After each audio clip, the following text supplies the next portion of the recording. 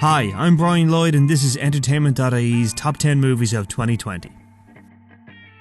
We begin with Bill and Ted Face the Music, the best movie about time travel this year. And yes, we're including Tenet in that description. It's everything that Tenet isn't. It's cleanly made, it's full of joy and good humour, it's easy to follow, and the performances feel more convincing and you aren't struggling to understand 90% of the dialogue. For number 9, it's Spike Lee's The Five Bloods.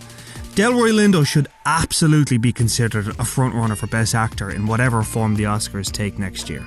His monologue, straight down the barrel of the lens, speaks to a rage and vulnerability that plays out in every scene he's in. But it also underlines so much of what makes this movie one of Lee's most effective dramas. At number 8, Disclosure, Trans Lives on Screen, has not only been one of Netflix's best documentaries of the year, it's one of the best docs of the year, full stop.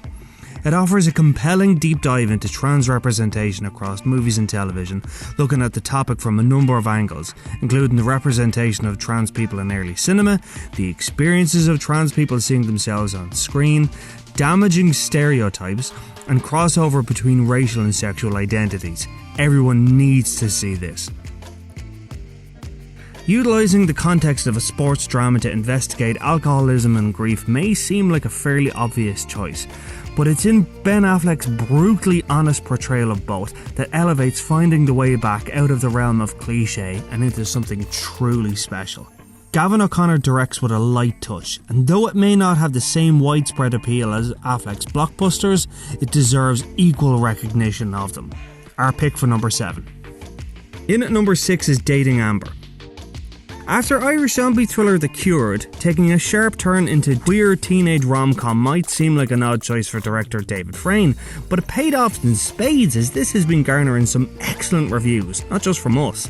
Fionn O'Shea and Lola Pettigrew spark off one another as their beards, and the comedy is finely edged with some sharp examinations of homosexuality in 90s Ireland.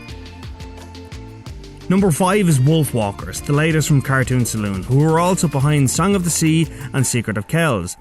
It's received some incredible reviews all over, and deservedly so, as it's absolutely stunning. Number 4 is Portrait of a Lady on Fire. Céline Sciamma's haunting period romance between two women in 18th century France may seem like it's a bit stuffy and unrelatable, but give it a chance and you'll find a story that transcends all of that and goes to things much deeper. Despite the fact that 2020 has been a uniquely stressful year for all, our choice for number 3, Uncut Gems, has managed to retain its allure and charms. Adam Sandler's jittery, sweaty portrayal of happy-go-lucky degenerate gambler Howard Ratner feels like it's pulled from the last 20 minutes of Scorsese's Goodfellas, all coked up jabberjawing and frantic scheming.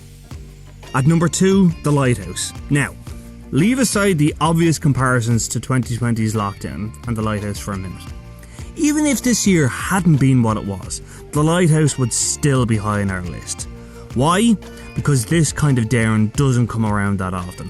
For our money, The Lighthouse is one of the best cinema experiences of the year. You really have to be trapped with this film in order to really get it. And you can't get that watching it on a phone or even at home. And finally, our number 1 choice for 2020 is Parasite. What can be said about Parasite that hasn't already been said? The performances by the ensemble cast are pitch perfect, but it's in how Bong Joon-ho so exquisitely plays with your expectations that makes it so thrilling and so darkly funny in parts. Even if you think you know what's happening, Parasite blends itself together to create something utterly unique. Give it a chance if you haven't already watched it. You will be so glad you did.